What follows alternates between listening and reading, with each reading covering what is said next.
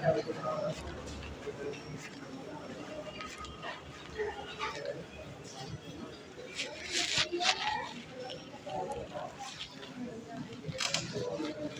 वालेकुम, क्या हाल है? चलिए ना एटीएम इसको मैं डिलीट करवाना चाह रहा हूँ। ख़त्म करवाना चाहिए। एक दो हैं इसके हल, या तो आप अपनी हेल्प में फ़ोन करके इसको परमानेंट ब्लॉक करवा दें, या ऊपर मैडम इकरा बैठी है उनके पास चले जाएँ, वो ख़त्म कर दें। ऊपर वो रीजनल ब्रांच मैनेजर है।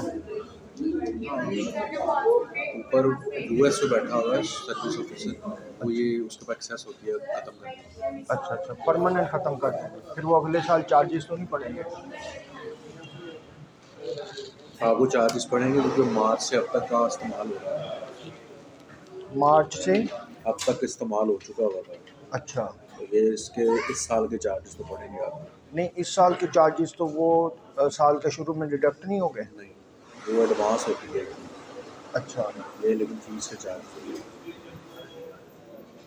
वो हेल्पलाइन पे मैंने कॉल की थी, उन्होंने कहा था कि अगर आप 31 दिसंबर से पहले पहले इसको कर देंगे तो फिर अगले साल चार्जेस नहीं वो पड़ेंगे। एक मिसकंसेप्शन है। आप इसको, आप जब इसकी इशू डेट है मार्च से, अच्छा मार्च से पहले पहले आपकी फ़ीस अगर कट गई है ना, तो वो महदूद है। अच्छा। मार्च के बाद अगर आपका कार्ड यूज़ हुआ होगा, तो एक दिन भी बेशक यूज़ हुआ तो उसने अगले साल की फ़ीस भी काट लेनी है, सब्सक्रिप्शन हो जाती है मार्च के बाद, बट ड्यू डेट पे उसकी फ़ीस कट जाती है। अच्छा, अब इसकी जो नेक्स्ट फीस कटेगी वो कब वो कटेगी? मार्च में कटेगी आपकी। मार्च में कटेगी, यानी मार्च में अगर इसको मैं फरवरी में करवाता हूँ। कटेगी सर, फ़ीस कटेगी लाजमी।